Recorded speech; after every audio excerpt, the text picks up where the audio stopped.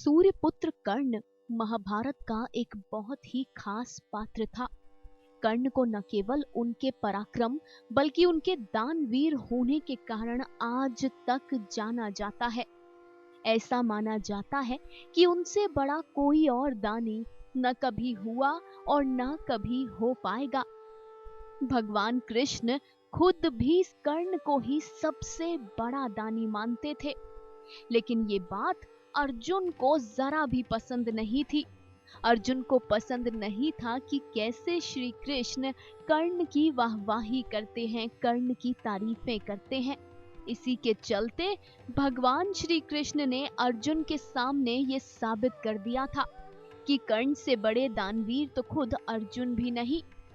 जी हाँ, कर्ण की मृत्यु के समय भगवान कृष्ण उनकी परीक्षा लेने पहुंचे थे और कर्ण के व्यवहार से खुश होकर उनसे वरदान मांगने को भी कह दिया था। चलिए आपको बताते हैं कि आखिर मृत्यु की छैया पर लेटे कर्ण ने कैसे दी अंतिम समय में भी भगवान श्री कृष्ण को परीक्षा। ये बात तब की है जब युद्ध भूमि में कर्ण घायल होकर अपनी मृत्यु का इंतजार कर रहे थे।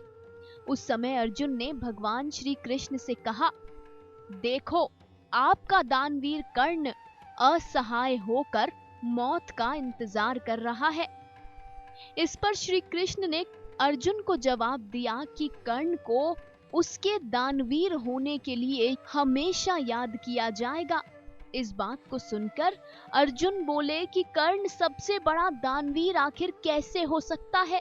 इसे साबित करने के लिए भगवान श्री कृष्ण ने ब्राह्मण का भेष लिया। श्री कृष्ण जमीन पर मृत्यु का इंतजार कर रहे कर्ण के सामने ब्राह्मण के भेष में जा पहुंचे। इस पर कर्ण ने ब्राह्मण से पूछा, हे ब्राह्मण देव, अपने यहाँ आने का कारण बताइए। जब ब्राह्मण ने कहा कि मैं यहाँ तुमसे दान मांगने आया था, लेकिन तुम्हारी हालत देखकर अब कुछ नहीं मांगना चाहता, तो कर्ण ने उस ब्राह्मण को रोका और कहा कि ठहरिए ब्राह्मण देव। कर्ण ने युद्ध भूमि में पड़े एक पत्थर को उठाया और उससे अपने सोने का दांत तोड़कर उसे ब्राह्मण को अर्पण कर दिया। ये देखकर भगवान श्री कृष्ण बहुत प्रसन्न हुए और तब भगवान श्री कृष्ण अपने वास्तविक रूप में आ गए। इन कुछ इस तरह भगवान श्री कृष्ण ने अर्जुन का घमंड तोड़ा था और ये साबित किया था कि कर्ण अर्जुन से बड़े दानवीर हैं। कुछ इस तरह कर्ण ने मृत्यु के समय भी स्वयं भगवान श्री कृष्ण की परीक्षा को पार किया था। कुछ इस तरह कर्ण ने अपनी अंतिम सांसें लेते हुए भी ब्राह्मण को अपने सामने से खाली नहीं जाने दिया। यही वजह है कि कौरवों के पक्ष से युद्ध करने के बावजूद कर्ण को पूजा जाता है। कथा सागर की ओर से आप सभी को नव वर्ष की ढेर सारी शुभकामनाएं। कथा सागर की पूरी टीम सदैव आपके सुखद जीवन की कामना करती है।